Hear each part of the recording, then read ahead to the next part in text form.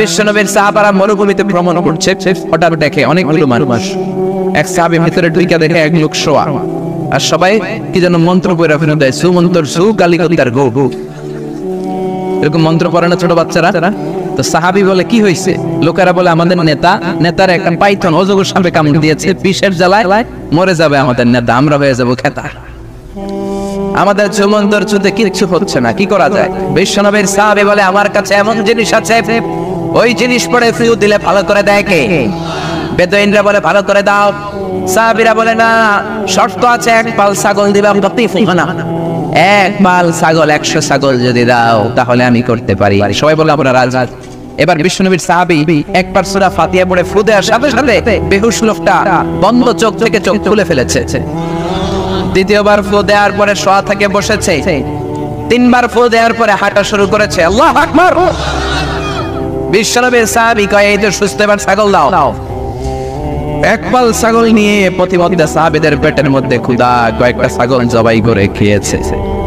খাওয়ার পর এক সাহাবীর চিন্তা, হায় রে, কোরআন দিয়ে ছাগল লইলাম, এবার গোশত খাইলাম, জায়েজ হয়েছে কিনা? মাসালাটা বিশ্বনবীর জিজ্ঞেস করার দরকার আছে না নাই? মদিনাতে যেই বিশ্বনবীর বাড়িতে হাজির, ইয়া রাসূলুল্লাহ এমন এমন ঘটনা, কোরআন দিয়ে ফু দিয়ে ছাগল নিয়েছে, জায়েজ হয়েছে কি? বিশ্বনবী বললেন জায়েজ হয়েছে মানে কোরআনের দাম বাড়ায় আসছো না, ছাগলের গোশত কিছু থাকলে আমার ঘরে দিও। আল্লাহু আকবার। এজন্য আল্লাহ বললেন কোরআনের মধ্যে শিফা আছে না নাই? ইবনে মাজাহ শরীফে একটা চ্যাপ্টারই আছে, বাবুল ইস্তিশফা বিল কোরআন, কোরআন দিয়ে কি করে শিফা নেবে।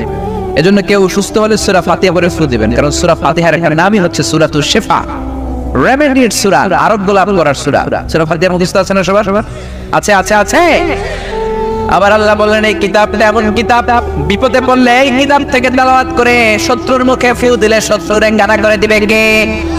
রাস্তার মধ্যে আপনারা ডাকাতে ধরেছে, আপনি কোরআন থেকে তেলাওয়াত করে ফু দেন, ডাকাতের চোখকে অন্ধকার করে দিবে কে? চাঁদপুরে এমন মাহফিল, আমি ফিরে আসছি মাঝরাতে, গ্রামের মাঝখানে পিচ ঢালাই রাস্তা, হঠাৎ একটা বাঘ দিয়ে ডানে গেলাম, দেখি সামনে গাছ ফেলে রাখে, তার মানে বুঝলাম ডাকাত ছাড়া আছে না নাই। কি বিপদ! জীবনে এই প্রথম ডাকাতের কথা শুনছেই পড়লো। এখন কি করবো? সূরা ইয়াসিন থেকে তেলাওয়াত শুনে, কারণ ইয়াসিনের প্রথম 9 আয়াত করে যদি আপনি ফু দেন, ডাকাতের ডাকুর চোখ অন্ধ হয়ে যাবে। আল্লাহু আকবার। পড়তে লাগলাম সূরা ইয়াসিন, ড্রাইভারকে বললাম কোনো কথা নাই, আস্তে করে পিছনে নাও। তারপর দেখলাম ক্ষেতের মাঝখান থেকে কে যেন লাইট মারে, হঠাৎ করে একজন এসে ওই গাছটা সরাই দিয়ে হুজুর আমনে জান চলে গেল। আল্লাহু আকবার। পরীক্ষিত। এজন্য আল্লাহ বলেন ফাইদা قرأت القرآن جعلنا بينك وبين الذين لا يؤمنون بالآخرة حجابا مستورا। ও নবী, আপনি যদি কোরআন পড়েন, আপনার আর কাফেরের মাঝে আমি আল্লাহ পর্দা টেনে দেই। কাফেররা আপনারে মারতে আসে কিন্তু দেখে না। আল্লাহু আকবার। সূরা লাহাব যখন নাযিল হলো, তাব্বাত ইয়াদা আবি লাহাবি ওয়া তাব, ধ্বংস হোক নিপাত যাক আবু লাহাবের দুই হাত। আবু লাহাবের বউ রেগে মেগে বিশ্বনবীর লাঠি নিয়েছে, বিশ্বনবীর পিটায় আসছে। বিশ্বনবীর বলতে বলতে নবীর কাছে আসতেছে, বিশ্বনবী ওনার বন্ধু আবু বকরকে নিয়ে বসা।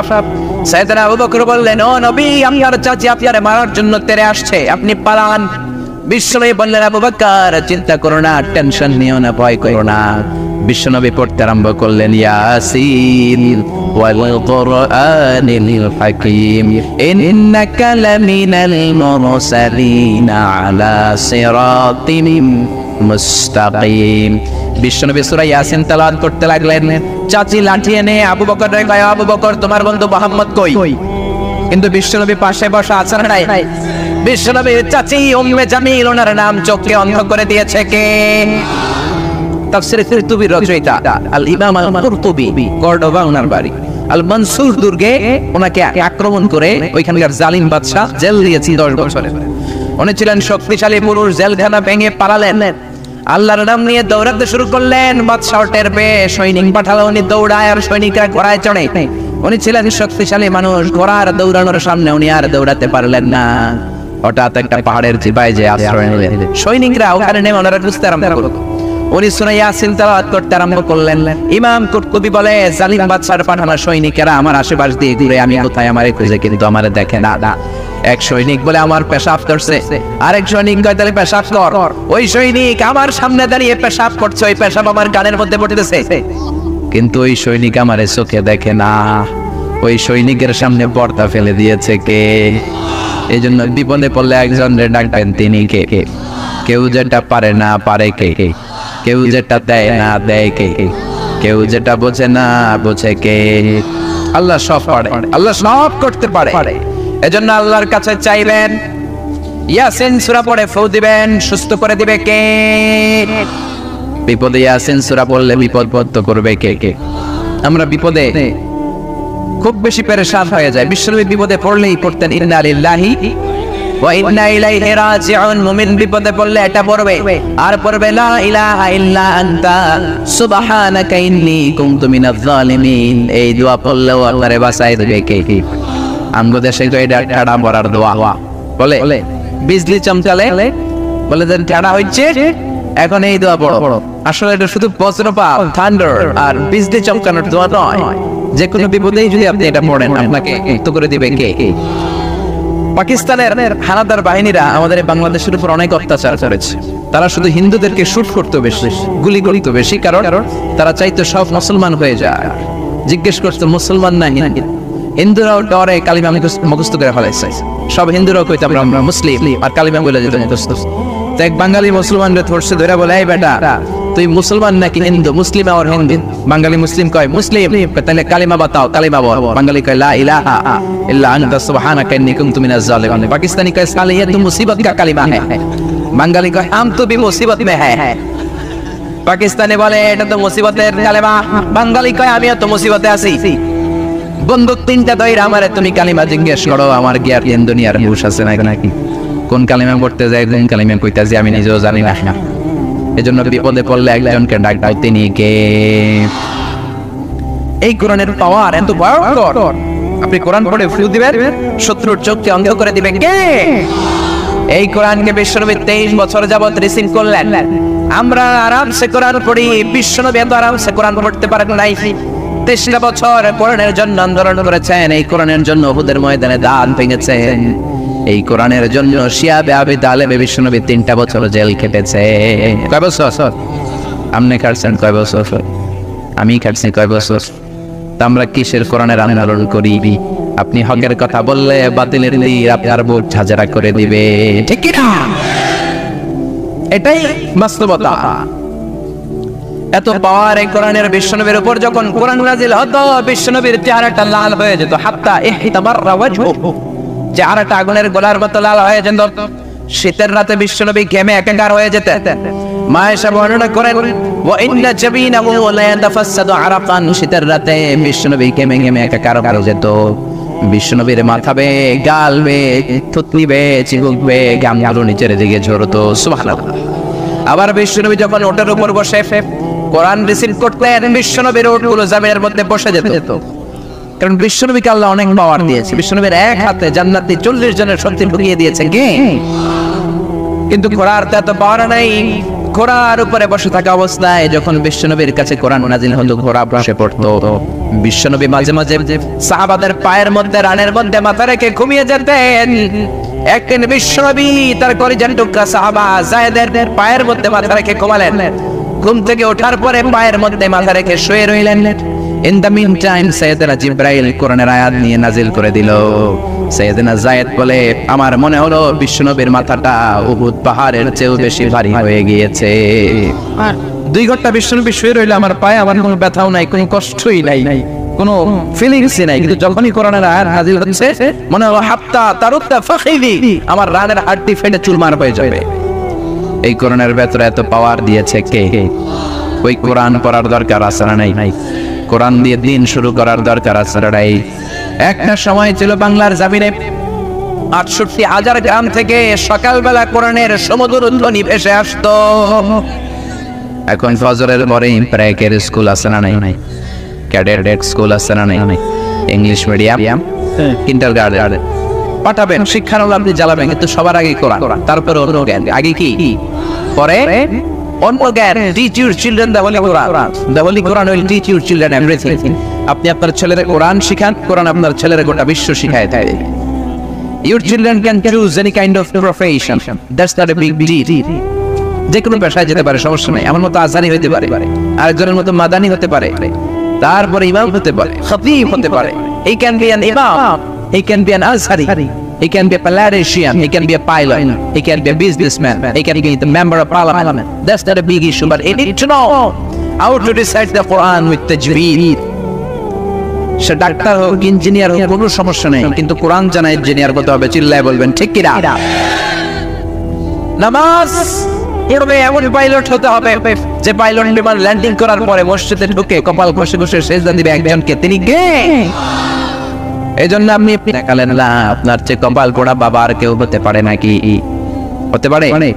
ধর্মপ্রাণ ধর্মপ্রাণ আমরা বড়ই ধর্মপ্রাণ, নামাজের রোজার কিছু নাই, ভুলেও ধরি না কোরআন। ধর্মপ্রাণ রোজ সকালে শুনতাম আগে আল কোরআনের বাণী রে, আল কোরআনের বাণী, এখন শুনি সারে গামার দীর্ঘ ফ্যান ফ্যানানি। আছে না নাই? ধর্মপ্রাণ মুসলমান আজকাল হয়েছে মডার্ন। ধর্মপ্রাণ ধর্মপ্রাণ আমরা বড়ই ধর্মপ্রাণ, নামাজের রোজার কিছু নাই, ভুলেও ধরি না কোরআন। ধর্মপ্রাণ প্রতিদিন কোরআন শিখায় যে তার পকেট যায় ফাঁকা রে, তার পকেট যায় ফাঁকা। সপ্তাহে 2 দিন গান শিখায় যে নেয় তো 1000 টাকা, ঠিক না? প্রতিদিন কোরআন শিখায় যে তার পকেট যায় ফাঁকা রে, তার পকেট যায় ফাঁকা। সপ্তাহে 2 দিন গান শিখায় যে নেয় তো 1000 টাকা। ধর্মপ্রাণ মুসলমান আজকাল হয়েছে মডার্ন। ধর্মপ্রাণ ধর্মপ্রাণ আমরা বড়ই ধর্মপ্রাণ, আমাদের রোজার কিছু নাই, বলেও ধরি না কোরআন। ধর্মপ্রাণ ঠিক না? কোরআন নাই, কোরআনের তেলাওয়াত নাই, কোরআনের উপর আমল নাই, কোরআনের দাওয়াত নাই, এমন মুসলমান আছে আড়াই। এজন্য দিন শুরু হবে আমাদের কোরআনের তেলাওয়াত। 1 পৃষ্ঠা হলেও পড়বেন, আধা পৃষ্ঠা হলেও পড়বেন, একটা লাইন হলেও আমাদেরকে অর্থ বুঝতে হবে। রাজি আছেন? রাজি আছেন সবাই? আমরা মুসলমানের বাচ্চা হয়েও কোরআন পড়ি না, আমরা মুসলমানের সন্তান হয়েও কোরআন শুনি না। বিশ্বনবীর জামানায় কাফের মুশরিকগুলো বিশ্বনবীর কণ্ঠের কোরআন শোনার জন্য পাগল হয়ে যেত। আবু জাহাল লুকিয়ে কোরআন শুনতো, জানেন না? উতবা, শাইবা, ওয়ালিদ ইবনে মুগীরা, মক্কার পার্লামেন্টের সবগুলো মেম্বার অফ দ্য পার্লামেন্ট লুকায় লুকায় বিশ্বনবীর কোরআন শুনতো। দিনের বেলা পার্লামেন্টে বড় বড় ভাষণ, খবরদার ভাইয়েরা আমার, পড়ে না তোমার একজন মুহাম্মাদের তেলাওয়াত শুনতে পারবা, যে যাবা পিটায়া সাইজ করে দিব, একেবারে গুম করে দিব, ঠিক কি না? খবরদার মুহাম্মাদের কণ্ঠের তেলাওয়াত শুনতে যাবা না। কিন্তু রাতের বেলা আবু জাহেল নিজেই লুকিয়ে লুকিয়ে শোনে, কারণ বিশ্বনবীর কণ্ঠের মধ্যে রব্বুল আলামিন এমন জাদু লুকিয়েছে, একবার শুনলে বারবার শুনতে পড়ে চায়। একবার যদি কেউ বিশ্বনবীর কণ্ঠের তেলাওয়াত শুনেছে, আবার শোনার জন্য ব্যাকুল হয়ে থাকতো, আকুল হয়ে থাকতো, পাগল প্রায় হয়ে থাকতো, ঠিক কি না? এজন্য পার্লামেন্টে আবু জাহেল পাশ করল, কেউ মুহাম্মাদের বাড়ির কাছে যাবি না, যদি যাস খবর আছে। রাতের বেলা মনে মনে ভাবে আজকে পার্লামেন্টে এমন বিল পাস করছি, কেউ যাবে না, আমি যাই। সুবহানাল্লাহ পড়েন।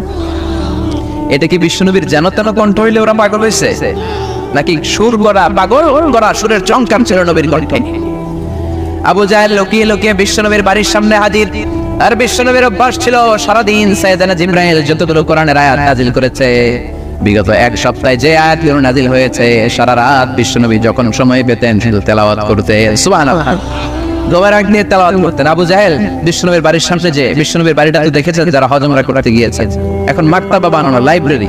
এদিকে বিশ্বনবীর বাড়ি আর এদিকে আবু জাহেলের বাড়ি, একটু পাশে, একটু হাঁটলেই পাবেন। ওইদিকে ল্যান্ডলাইন, এটাতে লাইব্রেরি, জ্ঞানের আলো বিতরণ হয়, আর এটার ভিতরে ল্যান্ডলাইন, দুনিয়ার গোটা বিশ্বের হাজিরা আইসা আইগা বলায় তুই যায়, ঠিক কি না?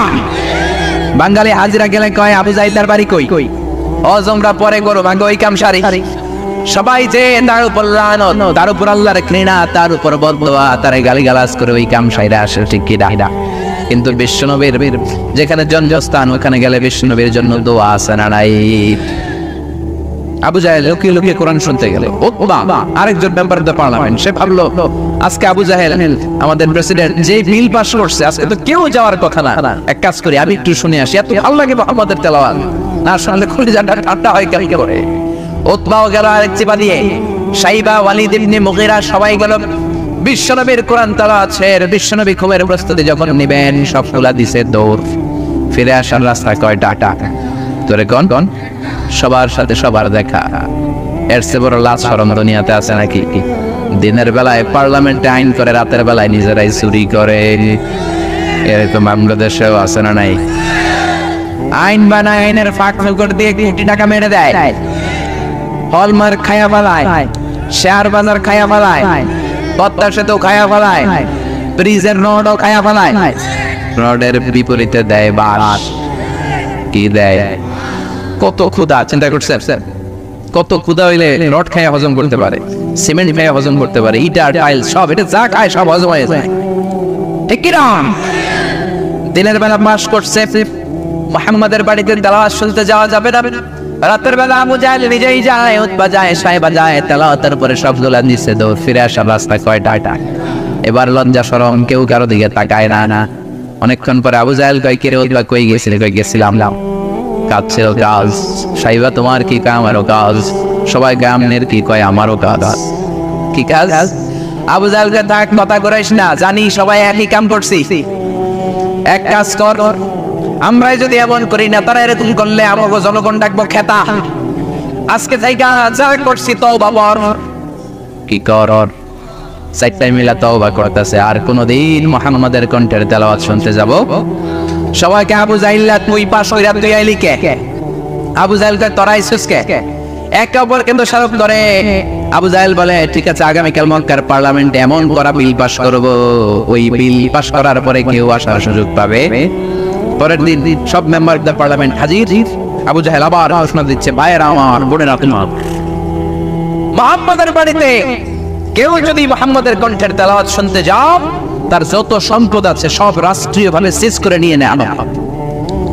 কোন সম্পদ রাখা হবে না, যত ওটের মালিক ওট নিয়ে নেওয়া হবে। সবাই রাজি আছে না নাই? সবাই কয় রাজি। সবাই সিগনেচার করবে। সবাইকে আবু জাহেল তুই আগে কর, তুই খাতার মধ্যে স্বাক্ষর দে। সবাই আমরা হাতে হাত রেখে ওয়াদা করবো, কেউ মুহাম্মাদের বাড়ির দিকে যাব।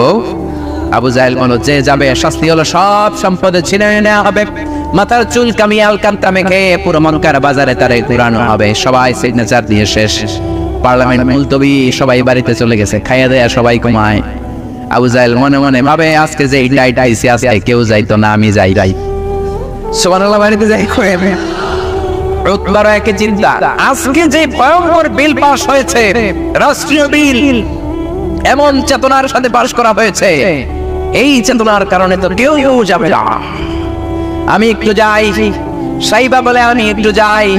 ওয়ালিদ ইবনে মুগীরা বলে, 100% আমি নিশ্চিত কেউ যাবে না, আমি গেলে সমস্যা কি? আজকেও সবাই বিশ্বনবীর বাড়ির চার কোনায় কান লাগে মধুমাখা কণ্ঠের তেলাওয়াত শুনছে। আবু জাহেল শুনলো, উতবা সাইবা শুনলো, আমাদের নসিবে নাই। ঠিক কি না? আবু জাহেল শুনলো, উতবা শুনলো, ওয়ালিদ ইবনে মুগীরা শুনলো, সাইবা শুনলো, বিশ্বনবীর তেলাওয়াত শেষ, বিশ্বনবী ঘুমের প্রস্তুতি নিচ্ছেন, আবার সবগুলা দিছে দৌড়। ফিরে আসার রাস্তা কয়টা? এবার আর কেউ কথা কয় না, সবার মাথায় এরকম। আধা ঘন্টা টাইম নাই রয়েছেন, কেউ কথা কয় না। ওইদিকে মশার কামড় আছে না নাই? অনেকক্ষণ পরে আবু জাহেল কয়, কই গেছিলি? কয় আমার একটু কাম আছিল মুহাম্মাদের বাড়ির সিপাই। উতবা কই গেছিলি? কয় মুহাম্মাদের বাড়ির সিপাই। সাইবা তুই কোন সিপাই? কয় আমি একই সিপাই। সবাইকে আবু জাহেল তুই কোন সিপাই? কয় তোরা যে সিপাই আমি ওই সিপাই। আবু জাহেল বলে, সবার কাজ কি মুহাম্মাদের বাড়ির সিপাই পড়লো নাকি? কি করলি তোরা, কি করলি? আমরাই নিয়ম বানাই, আমরাই নিয়ম ভাঙি, এরকম নেতা আছে না নাই? আবু জাহেল বলল, যা, আর এরকম করিস না, এরকম করলে সর্বনাশ। আর আলাদা ঘুমাবো না, এখন প্রতি রাত্রে একসাথে ঘুমাবো সবাই। কেউ যাতে মুহাম্মাদের বাড়িতে লুকিয়ে কোরআন শুনতে যেতে না পারে। ওমিয়া বিশ্বনবীর কণ্ঠে এমন জাদু ছিল, আবু জাহেল নিজেও পাগল হয়ে যেত। ঠিক কি না? ওই কোরআন আজও আছে না নাই? এই কোরআন শুনে ওমরে ফারুক পাগল হয়ে গিয়েছে। বিশ্বনবী মক্কার কাবার সামনে তেলাওয়াত করছে, সাইয়েদনা ওমরে ফারুক বিশ্বনবীর কণ্ঠে তেলাওয়াত শুনে অবাক, এত সুন্দর কণ্ঠ আর এত চমৎকার কথা। মুহাম্মদ তো এলাকার মানুষ, এই কথাগুলো পেল কোথায়? নিশ্চয়ই মুহাম্মদ কবিতা লেখে, নিজের বানানো কবিতা। বিশ্বনবী তেলাওয়াত করছেন, মা হুয়া বিকাউলি শাইরিন কলিলাম মা তুমিনুন। তেলাওয়াত করে যাচ্ছেন। আয়াতের অর্থ হলো এটা কোনো কবিতা, কবির কোনো কথা নয়, অল্প সংখ্যক কি তোমরা ঈমান। এটা শুনে তো ওমর ফারুক অবাক। আমি মনে মনে ভাবলাম এটা মনে হয় কবিতা। মুহাম্মদ তার তেলাওয়াতের মধ্যে দিয়ে বলছে এটা কবিতা নয়, তাহলে মুহাম্মদ আমার অন্তরে কি চলতেছে এটাও জানে। তাহলে মুহাম্মদ গণক, গণকের আরবি কাহেন, গণকের আরবি কি? বিশ্বনবী তো ওইদিকে তাকায় না, বিশ্বনবী তেলাওয়াত করে যাচ্ছেন, আলা হুয়া বিকাউলি কাহিনিন কলিলাম মা তাযাক্কারুন। এর অর্থ হলো এটা কোনো গণকের কথা নয়, অল্প সংখ্যকই তোমরা উপদেশ গ্রহণ করো। ওমর আর ধৈর্য ধারণ করতে পারে না, কিরে ভাবলাম কবিতা। মুহাম্মদ তেলাওয়াত দিয়ে জবাব দেয় কবিতা নয়। ভাবলাম মুহাম্মদ মনের খবর জানে, সে গণক। মুহাম্মদ কোরআনের আয়াত দিয়ে জবাব দেয় এটা কোনো গণকের কথা নয়, তাহলে এটা কার বাণী? বিশ্বনবী বললেন তানজিলুম মির রাব্বিল আলামিন। এটা গোটা বিশ্ব যিনি সৃষ্টি করেছেন ওই আল্লাহর বাণী, ঠিক কি না? এই কোরআনটা কার বাণী? আর জোরে বলেন। ওমরের হৃদয়ে এক ধাক্কা লাগলো। সূরাতুল হাক্কা দিয়ে আল্লাহ দিলেন এক ধাক্কা। তারপরে মক্কায় ঘোষণা দেয়া হলো মুহাম্মাদের কল্লা কেটে আপনি 100 কত? ওমর ফারুক তলোয়ার নিয়ে বিশ্বনবীর কল্লা কাটতে যাবে। বনু সাহারা গোত্রের এক লোক বলল, মুহাম্মাদের কল্লা পরে কাটো, তোমার কলিজার টুকরা বোন ফাতেমা সেই তো কালিমা পড়ে মুসলমান হয়েছে। এবার টান বাড়িতে চলে গেল, যে দেখেন খুবাইব নামক সাহাবী ওমরের বোন ফাতেমা বোন জামাই সাঈদকে সূরা তাহা পড়ায়। ওমরের আওয়াজ পেয়ে খুবাইব খাটের ভেতরে ঢুকে ফেলেছে, যে দেখে বোন আর বোনের জামাই কোরআন পড়ে। কি পরস, কথা কয় না, দিল বোনের থাপ্পড়, বোনের জামাইকে থাপ্পড় মারতে মারতে রক্তাক্ত করার পর এবারে সাইয়েদনা ওমর কলিজার টুকরা বোন ফাতেমারে বড্ড বেশি ভালোবাসতো। রক্ত দেখে ওমরের কলিজাটা ঠান্ডা হয়ে যায়। ওমর বলে, কি আছে এই কোরআনে? কি আছে? তোরা সবাই এরকম পাগল হলি কেন? কি এনেছে নতুন করে মুহাম্মদ? মক্কার সব লোকগুলো কালিমা পড়ে কেন? কি আছে তোদের কিতাবে? আমার হাতে দে। বোন বলে, ইন্নাকা নাজিস, তুমি অপবিত্র, ওযু করে আসো। ওযু ছাড়া, গোসল ছাড়া কোরআনের আয়াতকে স্পর্শ করা যাবে? সাইয়েদনা ওমর ওযু করে আসলেন। সাইয়েদনা ওমর চমৎকার করে আরবি পড়তে জানতেন। সূরা তাহার আয়াতগুলো দেওয়ার পরে সাইয়েদনা ওমর পড়তে লাগলেন, চিন্তা করতে লাগলেন, তাহা মা আনজালনা আলাইকাল কুরআনা লিতাশকা ইল্লা তাযকিরাতাল লিমান ইয়াখশা তানজিলাম মিম্মান খালাকাল আরদা ওয়াস সামাওয়াতিল উলা। আল্লাহু আকবার। সাইয়েদনা ওমর পড়ে অবাক হয়ে যায়। কি চমৎকার কণ্ঠ, কি চমৎকার ভাবে উনি বললেন। ফাতেমা অবাক হয়ে যায়, চমৎকার আরবির অর্থ বুঝতেন। যখন কোরআন পড়তে লাগলেন ওনার অন্তরটা নরম করে দিল কে? এবার আর সহ্য করতে পারে না। ফাতেমারে বলল, ও ফাতেমা, বিশ্বনবী কই থাকে? বললেন উনি আরকাম ইবনে আবি দারিল আরকামের ঘরে সাফা পাহাড়ের পাদদেশে মানুষকে কোরআন শিখায়। তলোয়ার নিয়ে চলে গেল। বিশ্বনবীর চাচা হামজা দেখে বলল, মুহাম্মদ তোমার মারার জন্য মক্কার বীর পুরুষ ওমর ফারুক তলোয়ার নিয়ে এসে তুমি পালিয়ে যাও। বিশ্বনবী বললেন, আমি পালাবো না। আমি গত 1 সপ্তাহ ধরে আল্লাহর কাছে দোয়া করে যাচ্ছি, মক্কার 2 জন লোক আবু জাহেল অথবা ওমর, এই 2 জনের একজনকে আল্লাহ তুমি ইসলামের ছায়া তলে ঢুকাইয়া দাও। সবাই সরো, ওরকে আসতে দাও। আমার মনে হয় তাহাজ্জুদের নামাজ পড়ে আমি যেই দোয়া করেছি আজকে ওই দোয়াটা কবুল হতে চলেছে। সাইয়েদনা ওমর ফারুক আসলেন, তলোয়ারটা দিয়ে একটা জামিনা সার দিয়ে বললেন, আশহাদু আন্নাকা রাসূলুল্লাহ, আশহাদু আল্লা ইলাহা ইল্লাল্লাহ ওয়া আন্নাকা মুহাম্মাদুর রাসূলুল্লাহ। আমি সাক্ষ্য দিলাম আল্লাহ ছাড়া কোনো ইলাহ নাই, আপনি মুহাম্মদ আল্লাহর রাসূল। এই কোরআনের বাণী যার কলিজার মধ্যে লাগে তার কলিজাটা ঠান্ডা করে দেয় কে? জোরে বলেন। এজন্য এই কোরআন দিয়ে সমাজ সাজাতে রাজি আছেন না নাই? জিমায় পড়ছেন আপনারা? জেগে আছেন? তাকবীর দেন, লিল্লাহি তাকবীর। এই কোরআন দিয়ে সমাজ সাজাতে হবে, ঠিক কি না? এই কোরআন দিয়ে যদি জীবন না সাজান জীবনটা সুন্দর হবে না। এই কোরআন দিয়ে ফ্যামিলি না সাজালে ফ্যামিলিটা জান্নাতি ফ্যামিলি হবে না। এই কোরআন দিয়ে সমাজ না চালালে সমাজ সুন্দর হবে না। এই কোরআনের আইন সমাজে বাস্তবায়ন না হলে র‍্যাব, পুলিশ, বিডিআর দিয়ে সমাজ থেকে অন্যায় দূর করা যাবে না। চিল্লায় কোন ঠিক কিনা? দুর্নীতি দমন কমিশন দিয়ে কিচ্ছু করা যাবে না। আমি এটার নাম দিয়েছি ল্যাংড়া দুদক। কি দুদক? যেই দুর্নীতি দমন কমিশন দুর্নীতি খুঁজে বেড়াবে, ওই দুর্নীতি দমন কমিশনের ভিতরে দুর্নীতি আছে না নাই? আছে না নাই? এই জন্য কোরআন দিয়ে সমাজটা সাজাতে হবে। এই কোরআন দিয়ে যদি সমাজকে সাজানো যায়, ওই সমাজ আর ইমটিজিং থাকবে না। 31st নাইটে কেউ মেয়ের অন্য ধরে টান দিবে না, খাদ্যে ভেজাল দিবে না, মাছে ফরমালিন দিবে না, ওজনে কম দিবে না, টেন্ডারবাজি করবে না, চাঁদাবাজি করবে না, অন্যায় ভাবে জুলুম অত্যাচার করে কাউকে জেল জরিমানা দেওয়া হবে না। চিল্লায় এখন ঠিক কিনা? এজন্য কোরআনটা হলো আপনার জীবনের সমাধান। জীবনের সব অঙ্গনে যদি কোরআনকে আপনি ফিট করে দেন, সব ধরনের সমস্যার সমাধান করে দিবে কে? সমাধান চাও যদি জীবনে মরণে ফিরে যাও, খুঁজে নাও চোখ রাখো কোরআনে। If you want a solution this dunya and akhirah, go back hello to the holy Quran. আল্লাহু আকবার পড়েন। এজন্য জীবনের জন্য সমাধান এই কোরআনের ভেতরে আছে না নাই? এই কোরআন পৃথিবীর সবচেয়ে দামি কিতাব, সবচেয়ে মর্যাদাপূর্ণ কিতাব। পৃথিবীতে যেই বইটা সবচেয়ে বেশি ছাপানো হয়েছে ওইটার নাম কি? যেই বইটা সবচেয়ে বেশি বিতরণ হয় বইটার নাম কি? যেই বইটা সব সময় পড়া হয় বইটার নাম কি? পৃথিবীতে এমন কোন সিঙ্গেল সেকেন্ড নাই যেই সেকেন্ডে আল্লাহর কোরআনের তেলাওয়াত হয় না। চিল্লায় এখন ঠিক কিনা? প্রতি সেকেন্ডে কোরআনের তেলাওয়াত গোটা বিশ্বব্যাপী আছে না নাই? এই পৃথিবীতে প্রিন্টেড কোরআন, ছাপা কোরআনের সংখ্যা অলমোস্ট 3 বিলিয়ন, 300 কোটিরও বেশি। পৃথিবীতে 600 কোটি মানুষ, আর কোরআন ছাপা কোরআনের 300 কোটিটা আছে। তার মানে আপনি হিন্দু হন, নাস্তিক হন, বৌদ্ধ হন, খ্রিস্টান হন, পৃথিবীর প্রত্যেক 2 মানুষের জন্য একটা কোরআন আছে না নাই? এই পৃথিবীতে হাফেজের কোরআনের সংখ্যা প্রায় 70 লাখ। প্রায় 100টা ভাষায় এই কোরআনের অনুবাদ হয়েছে। সুবহানাল্লাহ পড়তে পারলেন না? পৃথিবীতে যত ধর্মগ্রন্থ আছে কোনটার সাথে এই কোরআনের তুলনা দেওয়া যাবে নাকি? বেদ, শ্রীমদ্ ভগবত গীতা, রামায়ণ, মহাভারত, বুদ্ধদের ত্রিপিটক, দশাতীর, গ্রন্থ সাহেব, ইয়া হাফিজ, সেকারডান্ডাল, তালমার, টোরা, ওল্ড টেস্টামেন্ট, নিউ টেস্টামেন্ট, জিন্দাভেস্তা।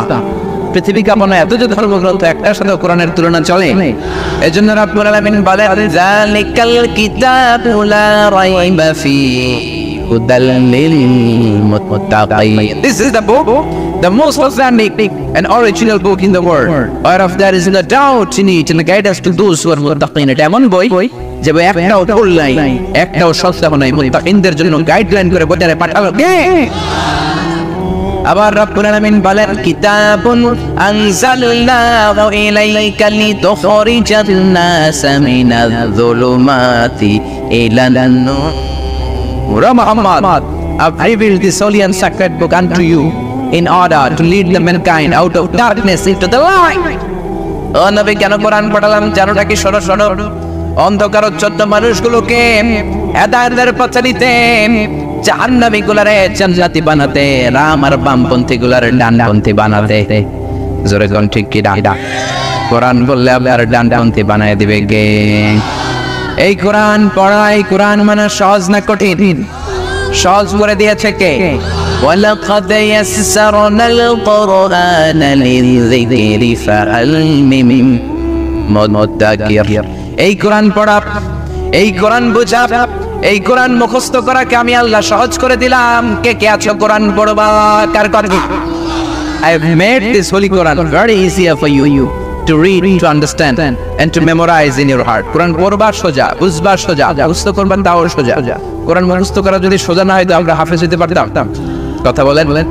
বিশ্ববিজয়ী হাফেজ বাংলার জমিনে আছে না নাই? হাফেজ তরিক, হাফেজ জাকারিয়া, হাফেজ নাজমুস সাকিব, হাফেজ ফজলুর রব্বি আদেল আছে না নাই? আছে না নাই? এই নাজমুস সাকিব গোটা বিশ্ব কাঁপালো, তরিকুল ইসলাম গোটা বিশ্ব কাঁপালো। চিল্লায় কোন ঠিক কিনা? আমাদের ক্রিকেটাররা যখন ক্রিকেট খেলায় ইন্ডিয়ার বাংলাভাষ করে কি হয়, তখন সবাই করে খুশি, প্রধানমন্ত্রীও বেজায় খুশি। এদেশের 16 কোটি মানুষের প্রধানমন্ত্রী, সবচেয়ে ক্ষমতাধর নারী প্রধানমন্ত্রী এয়ারপোর্টে চলে যায় সাকিব আল হাসান, মাশরাফি বিন মুর্তজাকে ওয়েলকাম জানানোর জন্য। রেড কার্পেট রিসেপশন, লাল গালিচার সংবর্ধনা, ঠিক কিনা? আর কোটি কোটি টাকা, বাড়ি ঘর গাড়ি তো আছে না নাই? তো মাননীয় প্রধানমন্ত্রী, আপনি ওনাদের জন্য রেড কার্পেট রিসেপশন দিলেন, আমাদের নাজমুস সাকিব, সেও তো গোটা বিশ্বে বাংলাদেশের নামকে উজ্জ্বল করেছে, কি করে নাই?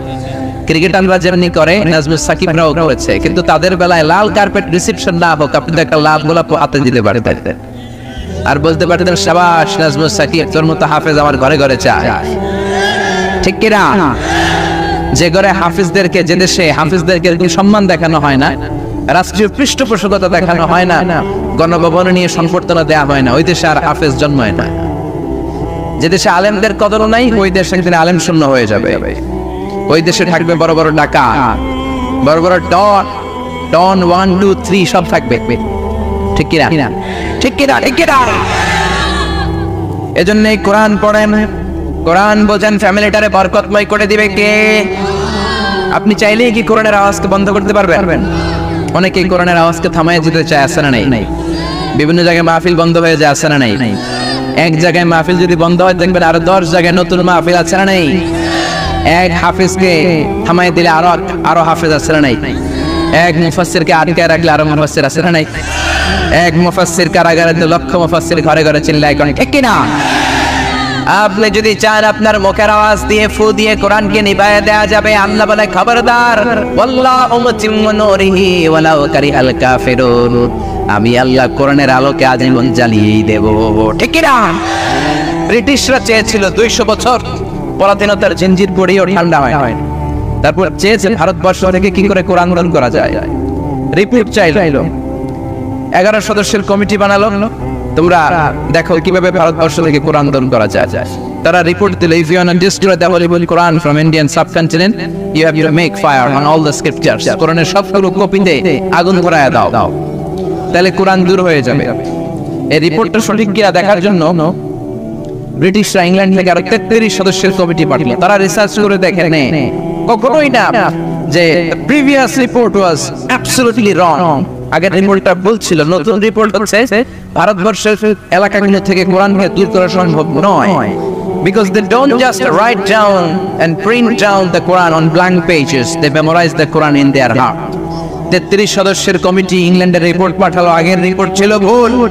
আমরা রিসার্চ করে দেখলাম ভারতবর্ষ থেকে, বাংলাদেশ, ভারত, পাকিস্তান থেকে কোরআন দূর করা এত সোজা না। কারণ বাংলাদেশ, ভারত, পাকিস্তান এই 3 দেশের লোকেরা কোরআন শুধু কাগজে লিখে রাখে না, তারা হেফজ করে তাদের সিনার মধ্যে ঢুকায় রাখে। চিল্লায় বলেন ঠিক কিনা? আপনি কোরআনের কপিগুলো আগুন দিয়ে জ্বালায় দিলে কোরআন শেষ হয়ে যাবে। তুই বেটা নাস্তিকের বাচ্চা, আসাদ নূর কোরআনের উপরে পেশাব করলে কোরআনের মর্যাদা কমে যাবে। আপনি গোটা বিশ্বের সব কোরআন চালায় দেন, আমার হাফেজ ভাইদের বলে যায় কোরআন আছে না নাই? যদি আগুন লেগে ধ্বংস হয়ে যায়,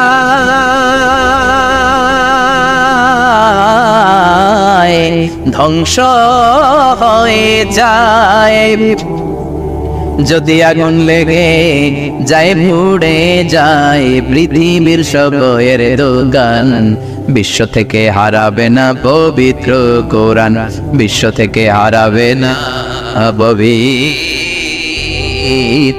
কোরআন। আল্লাহ আকবার। এজন্য আগুন জ্বালায় দিয়ে কোরআন দূর করা যাবে না, তাফসীর মাহফিল বন্ধ করে দিয়ে বাংলাদেশ থেকে কোরআনকে উচ্ছেদ করা যাবে না। ঠিক কি না? এই কোরআনের গণজোয়ার, কোরআনের বিজয় পৃথিবীর কোনো মানুষ ঠেকিয়ে রাখতে পারবে নাকি? জোরে বলেন। এই কোরআনের মধ্য থেকে কেউ যদি ভুল খুঁজতে যায়, তাদের নিজের জীবনের ভুলটাই তারা খুঁজে পায়। ঠিক কি না? ডক্টর মরিস বুকাইলি, উনি ছিলেন ফ্রান্সের বিখ্যাত সার্জন। উনি চাইলেন আমি কোরআনের ভুল ধরবো। 1980 সালে মক্কাতে একটা এডুকেশন কনফারেন্স হয়েছে। সেই কনফারেন্সে উনি যে অনেক মুসলমানদের সাথে পরিচয়, তিনি ভাবলেন আমি কোরআনের ভুল ধরবো। কি ধরবো? কথা শুনতে চাইছেন না? ঘুম আসছে? শেষ করে দেই, অনেক রাত হলো তো, আর 2 মিনিট বলবো। ইনশাআল্লাহ পড়া, ইনশাআল্লাহ চিল্লায় পড়েন ইনশাআল্লাহ। ডক্টর মরিস বুকাইলি ফ্রান্সে ফিরে আসেন, কোরআনের ভুল ধরবে, কিন্তু কোরআন নিয়ে এসেছে। উনি ফ্রেঞ্চ ভাষার মানুষ। কোন ভাষা? তো কোরআন কোন ভাষায়? কথা বলেন। আরবিতে পড়তে পারে না। সে সৌদি আরবের কিছু ইউনিভার্সিটির সাথে যোগাযোগ করলো, আমি আরবি শিখতে চাই। উদ্দেশ্য একটা, কোরআন বোঝা না, কোরআনের ভুল ধরা। 5 বছর আরবি শিখার পরে এখন যাই পড়ে তাই বুঝেছে। আরবি শিখার পরে কোরআনের ভুল ধরার জন্য পড়তে শুরু করেছে। এক এক পাতা করে পড়ে আর অবাক হয়ে যায়। এক এক পাতা করে কোরআন পড়ে আর অবাক হয়, কোরআনে এমন কোনো জিনিস নাই যে আল্লাহ বলে নাই। সাগরের কথা, মহাশূন্যের কথা, এমব্রায়োলজির কথা, হিউম্যান অ্যানাটমির কথা, বুটানির কথা, geology, zoology, embryology, astrology, cosmology, সবকিছু কোরআনের ভিতরে আছে না নাই?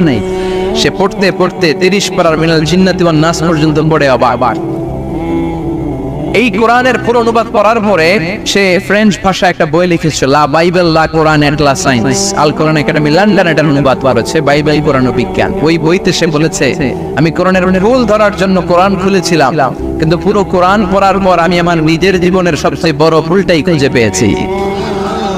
ডক্টর মরিস বিকাইলি কালিমা পড়ে মুসলমান হয়েছে। সেদিন আমি যাদেরকে ডান হাতে কিতাব দেব, সানন্দে তারা তাদের কিতাব পড়ে যাবে। ওই কঠিন দিনে আমি আল্লাহ কারো উপর কোনো জুলুম করব না। সুবহানাল্লাহ পড়েন। তো সেদিন আমরা কি একা একা উঠবো না নেতা নিয়ে উঠবো? বিষয়টা একটু ভেবে দেখায়। Think about it, ponder on the issue. এটা সাধারণ কোনো ইস্যু নয়। একা একা আমি উঠবো না, আমি আমাদের নেতাদেরকে নিয়ে উঠবো। নেতা জাহান্নামী হলে আমরাও জাহান্নামী, নেতা জান্নাতি হলে আমরাও জান্নাতি, ঠিক কিনা? وقالوا ربنا إنا أطعنا سادتنا وكبراءنا فأضلونا السبيلا ربنا آتهم ضعفين من العذاب والعنهم لعنا كبيرا। সেদিন লোকজন বলবে, ইয়া রব, আমরা আমাদের নেতাদের অনুসরণ করেছি, আমরা আমাদের মুরব্বীদের অনুসরণ করেছি, আমাদের নেতারা, আমাদের মুরব্বীরা আমাদেরকে গোমরা বানিয়েছে, আমাদেরকে ভুল পথ দেখিয়েছে। নেতাদের কারণে, মুরব্বীদের কারণে আজকে আমরা জাহান্নামী। আজকে আমাদেরকে জাহান্নামে তুমি তো আযাব দিবা, আমরা সবাই জানি, কিন্তু আমাদের নেতাদেরকে ডবল ডবল আযাব দিবা। ওদের কারণে জাহান্নামী, ওদের কারণে আজ আমরা জাহান্নামের লাকড়ি হয়েছি, ঠিক কিনা?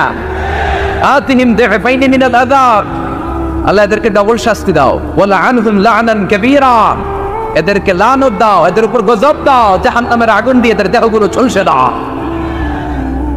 এটা সাধারণ কোনো ইস্যু নয়। একা একা দাঁড়াতে পারবো না। যার অনুসরণ করেছি আমি, যার ফলোয়ার, আমার যে সেলিব্রিটি, সেও দাঁড়াবে, আমিও দাঁড়াবো। এজন্য সেলিব্রিটি চুজ করার সময় সাবধান মুসলমান, নেতা চুজ করার সময় সাবধান। আমরা আজ থেকে এই সিদ্ধান্ত নিব যে বুঝে শুনে নেতা ঠিক করব, উল্টা পাল্টা করবো নেতার পিছনে আমরা করবো না। চিল্লায় বলেন ঠিক কিনা? লিডারশিপ কোয়ালিটিস, কেমন করে নেতৃত্বের এই গুণ অর্জন করা যায়। গোটা বিশ্বে আজকে মুসলমানদের হাহাকার, ঠিক কিনা? ফিলিস্তিনে আমরা মার খাই, ইরাকে আমরা মার খাই, ওখানে আমাদের উপর ব্যালিস্টিক ক্ষেপণাস্ত্র মারে, এদিকে মিসাইল মারে, এদিকে বম্বিং করে, ওইদিকে রোহিঙ্গাদেরকে তারাই আমাদের টেকনাফে পাঠায় দিস। এদিকে লাথি মারলে ওইদিকে যায়, ওদিক থেকে গুতা মারলে এদিকে আসে। কারণ আমাদের কোনো সেন্ট্রাল লিডারশিপ নাই, কেন্দ্রীয় নেতা নাই। চিল্লায় বলেন ঠিক কিনা? ওমরে ফারুকের মতো আমাদের একজন নেতার দরকার আছে না নাই? একজন নেতার অপেক্ষায়। We are waiting all the Muslim Ummah for a true leader, for a charismatic leader. একজন ক্যারিসমাটিক নেতার জন্য, একজন ট্রু লিডারের জন্য আমরা অপেক্ষা করছি। কবে আসবে সেই আল ইমাম আল মাহদি আল মুনতাদা, যার অপেক্ষায় গোটা উম্মাহ। এজন্য মুসলিম উম্মার এই নেতৃত্বের সংকট নিরসনে আমাদেরকে নতুন নতুন নেতৃত্ব তৈরি করতে হবে, ঠিক কিনা? আজকের এই শ্রোতাদের মধ্য থেকেই হবে আগামী দিনের নোয়াখালীর বিভিন্ন আসনের এমপি, নাকি এগুলো ইন্ডিয়া থেকে আসবে? এখানেই বসে আছে the member of the parliament of Bangladesh, এখানেই বসে আছে আগামী দিনের বাংলাদেশের প্রধানমন্ত্রী, এখানেই বসে আছে সংসদের স্পিকার। এখান থেকে এমন এমন নেতৃত্ব উঠে আসবে যারা গোটা বাংলাদেশকে নেতৃত্ব দিবে, ঠিক কিনা? এজন্য লিডারশিপ কোয়ালিটিজ এর ব্যাপারে আমাদের জানা দরকার। কেমন করে যোগ্য নেতৃত্ব তৈরি করতে হয়। নেতা হিসেবে কেমন ছিলেন আমার বিশ্বনবী? আমার বিশ্বনবীর চাইতে বড় কোনো নেতা পৃথিবী দেখেছে? জোরে বলেন, দেখেছে? এজন্য আমাদের স্লোগান একটাই, আমার নেতা তোমার নেতা বিশ্বনবী, আমার নেতা তোমার নেতা বিশ্বনবী।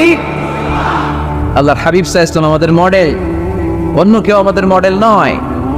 তাই আজকের এই চমৎকার রজনীতে আমরা নেতৃত্বের গুণাবলী নিয়ে কিছু কথা বলবার এবং শুনবার চেষ্টা করবো ইনশাআল্লাহ। পড়েন ওমা তাওফীকি ইল্লা বিল্লাহ। আমরা সবাই মিলে আজকে একটু ক্রস চেক করবো এবং দেখবো যে একজন ট্রু লিডার বা ক্যারিসমাটিক লিডার হতে হলে তার মধ্যে কি গুণাবলী থাকা লাগে। কেমন করে আমার নবী এই ক্যারিসমাটিক লিডার হলেন, আমার নবীর মধ্যে ওই গুণগুলো ছিল কি ছিল না, কেমন করে তিনি নেতৃত্ব দিয়েছেন, এগুলো জানার দরকার আছে না নাই? আজকে আমরা এগুলোই এগুলোই শিখবো। শিখতে রাজি আছেন তো? আমি যখন আলোচনা করি আমি প্রায় বলি, I conduct a class, it's a class, the person is delivering lecture in front of you, he is your teacher. একটু আগে আমাদের সকলের প্রিয় শ্রদ্ধাভাজন মুহাদ্দিস রফিকুল্লাহ আফসারী ভাই ছিল আমাদের শিক্ষক, আমরা সবাই ছিলাম ওনার ছাত্র, ঠিক কিনা? এখন আল্লাহ তাআলা আমাকে একটু কথা বলার সুযোগ করে দিয়েছেন, আমি হয়ে গেলাম শিক্ষক, বাকি আমরা সবাই ছাত্র, ঠিক কিনা? তো শিক্ষক যখন ছাত্রদেরকে প্রশ্ন করে তখন ছাত্ররা কি করে? প্রশ্নের উত্তর দেয়, তাই না?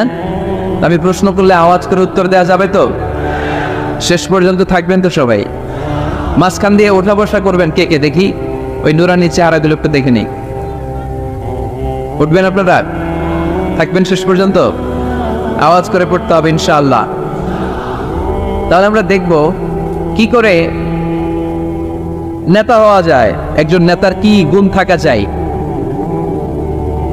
কি কি ক্যারেক্টারিস্টিক্স একজন নেতার মধ্যে থাকতে হবে, এই নেতৃত্বের সংকট দূর করার জন্য আমাদের নেতাদের কি কি গুণাবলী থাকা চাই, এগুলো আমরা জান। 10টা পয়েন্টে আজকে the leadership qualities of our beloved prophet Muhammad সাল্লাল্লাহু আলাইহি ওয়াসাল্লাম, আল্লাহর হাবিব সাল্লাল্লাহু আলাইহি ওয়াসাল্লামের নেতৃত্বের গুণাবলী কি ধরনের ছিল, এ ব্যাপারে 10টি পয়েন্টের আলোকে আমরা কথা শুনবো। আবার আওয়াজ করে পড়েন ইনশাআল্লাহ। নেতা হতে গেলে প্রথমে যেটা করা লাগে সেটা হচ্ছে কাজ করা লাগে। কাজ কি করা লাগে? কাজ না করে নেতা হওয়া যায়? শুধু বক্তব্য মানলেই নেতা হওয়া যাবে? ওই নেতা আমরা চাই না যে শুধু ভাষণ মারে, বক্তব্য দেয়, মাইক পেলেই শুধু ভাষণের ফুলঝুরি, কাজের নামে ঠনঠন, এরকম আছে না নাই? না, এরকম নেতা বলে চলবে না। নেতা কাজ দিয়ে আমাদের হৃদয় জয় করতে হবে। শুধু বক্তব্য দিলে এটা নেতা না। জনগণের জন্য কাজ করতে হবে, মানবতার জন্য কাজ করতে হবে, দেশের উন্নয়নের জন্য কাজ করতে হবে, ঠিক কিনা? তাহলে আগে কাজ পরে নেতা। নেতা হওয়ার প্রথম শর্ত হলো নেতাকে কাজ করে তার নিজেকে প্রমাণ করতে হবে যে তিনি নেতা। আগে কাজ পরে নেতা। আওয়াজ করে উত্তর দিতে হবে, আগে কি পরে? জোরে বলেন সবাই, আগে কি পরে নেতা। To serve before to lead. I repeat, আমি আবারও বলছি, to serve before to lead. Lead দেওয়ার আগে সার্ভিস দিতে হবে। সাইয়্যিদুল কওমি খাদিমুহুম, জাতির লিডার যিনি হবেন, সাইয়্যিদ যিনি হবেন, তিনি আগে সার্ভিস দিবেন, জাতির খাদেম হবেন। খেদমত ছাড়া, কাজ করা ছাড়া জাতির নেতা হওয়া যায় না। আমরা যদি আল্লাহ রাসূল সাল্লাল্লাহু আলাইহি ওয়াসাল্লামের জীবনের দিকে তাকাই তাহলে দেখব উনি আগে কাজ করেছেন, নেতা হয়েছেন অনেক পরে। আল্লাহর ইলমে তিনি নবী অনেক আগে, কিন্তু অফিশিয়ালি নবুয়ত পেয়েছেন 40 বছর বয়সে। কত বছর বয়সে? 40 বছর বয়সে হেরা গুহাতে সূরাতুল আলাকের প্রথম 5 আয়াত নাজিল হলো। ইকরা বিসমি রাব্বিকাল্লাযী খালাক, read in the name of your lord who has created, বলো তোমার প্রভুর নামে যিনি তোমায় সৃজন করেছেন। এই 5টা আয়াত নাজিল হওয়ার সাথে সাথে এই বিশ্বনবীর গায়ে কাঁপুনি চলে, জ্বর চলে এলো, অন্তর কাঁপতে শুরু করলো। আল্লাহর হাবিব সাল্লাল্লাহু আলাইহি ওয়াসাল্লাম ভয় পেয়ে পাহাড় থেকে নেমে এসে আম্মাজান খাদিজা রাদিয়াল্লাহু তাআলা আনহার কাছে গেলেন, যে বলেন, খাদিজা জাম্মিলুনি জাম্মিলুনি, আমার কম্বল চাপা দাও, আমার জ্বর আসতেছে, আমার কাঁপুনি চলে আসছে, আমার মনে হচ্ছে আমি আর বাঁচব না। আম্মাজান খাদিজা রাদিয়াল্লাহু তাআলা আনহা ওনাকে সাহস দিলেন, কম্বল চাপা দিয়ে বললেন, ওয়াল্লাহি লা ইউখজিকাল্লাহু আবাদা, হে মুহাম্মদ, আমি আল্লাহর কসম করে বলতে পারি, আমি তো আপনারে চিনি, আমার আল্লাহ কখনো আপনার অপমান করবেন না। পড়েন সুবহানাল্লাহ।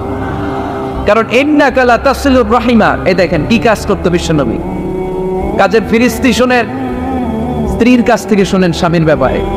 বড় সাহেবের ব্যাপারে যদি আসল তথ্যটা পেতে চান, বড় সাহেবের ড্রাইভাররে জিজ্ঞেস করবেন, বড় সাহেবের বাড়ির দারোয়ানরে জিজ্ঞেস করবেন, বড় সাহেবের বাড়ির কাজের মহিলাটারে জিজ্ঞেস করবেন, আর বড় সাহেবের ওয়াইফরে জিজ্ঞেস করবেন, তাহলেই বড় সাহেবের আসল সব খবর পাওয়া যাবে। জোরে বলেন ঠিক কিনা? আল্লাহর হাবিব সাল্লাল্লাহু আলাইহি ওয়াসাল্লামের ব্যাপারে আল্লাহর হাবিব সাল্লাল্লাহু আলাইহি ওয়াসাল্লামের স্ত্রী আম্মাজান খাদিজাতুল কুবরা রাদিয়াল্লাহু তাআলা আনহা বলছেন, ইন্নাকা লা তাসিলুর রাহিমা, নবী হে, আপনার কোনো ভয় নেই, কারণ আপনি আত্মীয়তার সম্পর্ককে বজায় রাখেন, আত্মীয়দের খোঁজ খবর রাখেন। ওয়া তাসদুকুল হাদিসা, আপনি সদা সর্বদা সত্য কথা বলেন। সুবহানাল্লাহ পড়বেন না? ওয়া তাহমিলুল কাল্লা, আপনি মানুষের বোঝা বইয়ে দেন।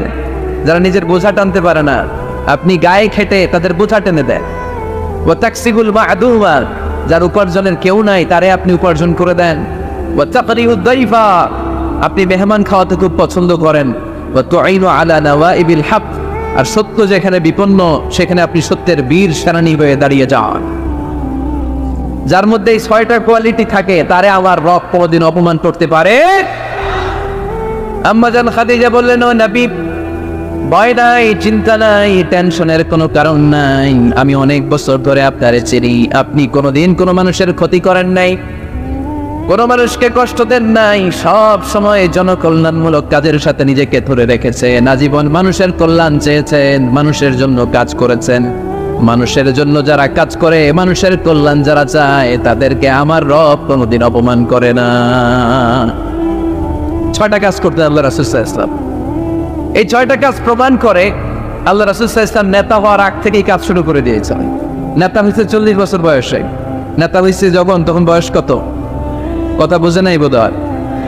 নেতা যখন, নেতৃত্ব যখন পেয়েছেন তখন বয়স কত? কাজ কি 40 বছরে শুরু করছিলেন নাকি? কাজ শুরু করছেন কবে? অনেক আগে। হিজ মিশন ইজ দেয়ার, যদিও নেতা হয় নাই, হিজ মিশন ইজ দেয়ার, তার কাজ সেখানে ছিল। নেতা হওয়ার জন্য তিনি বসে থাকেন নাই, কাজ শুরু করে দিয়েছে। মানুষকে খাওয়াতেন, দেদারসে দান করতেন, যেখানেই মানবতা বিপন্ন সেখানে তিনি সহায়তার হাত বাড়িয়ে দিতেন। পড়েন সুবহানাল্লাহ। তার মানে নেতা হইতে হইলে আগে কাজ করা লাগে। আগে কি করা লাগে? কাজ করা লাগে। কাজ করলে এমনিই সে নেতা, নেতৃত্ব এমনিই তার হাতে এসে ধরা দেবে। জোরে বলেন ঠিক কিনা? তাই যারা নেতা হতে চান, আগে কাজ দিয়ে নিজেকে প্রমাণ করেন, বক্তব্য দিয়ে নয়। To serve before to lead. Leading করার আগে আপনাকে সার্ভিস দিতে হবে, কাজ করতে হবে, কাজের মতো কাজ, ঠিক কিনা? আমরা যাই করি না কেন, এটা ভালোভাবে করলে ওই কাজে বরকত দেয় কে? আওয়াজ করে বলতে হবে, বরকত দেয় কে? যে কোনো কাজ করো না ভাই, যে কোনো কাজ করো, তা যেন হয় সবার চেয়ে সবচেয়ে সুন্দর। যে কোনো কাজ করো না ভাই, যে কোনো কাজ করো, তা যেন হয় সবার চেয়ে সবচেয়ে সুন্দর। হোক না সেটা পড়ালেখা, রঙের ভাষায় ছবি আঁকা, হোক না সেটা পড়ালেখা, রঙের ভাষায় ছবি আঁকা, হোক না সেটা সামান্য কাজ কিংবা মহত্তর, তা যেন হয় সবার চেয়ে সবচেয়ে সুন্দর। যে কোনো কাজ করো না ভাই, যে কোনো কাজ করো, তা যেন হয় সবার চেয়ে সবচেয়ে সুন্দর। ঠিক না? যেটাই করি না কেন ভালোভাবে করবো। Never under estimate any job. The young society of Noakhali district. কোনো কাজে ছোট মনে করবো না, weather is small or big, ছোট হোক আর বড় হোক, কাজ কাজই। কাজে কোনো লজ্জা নাই, কাজে কোনো শরম নাই।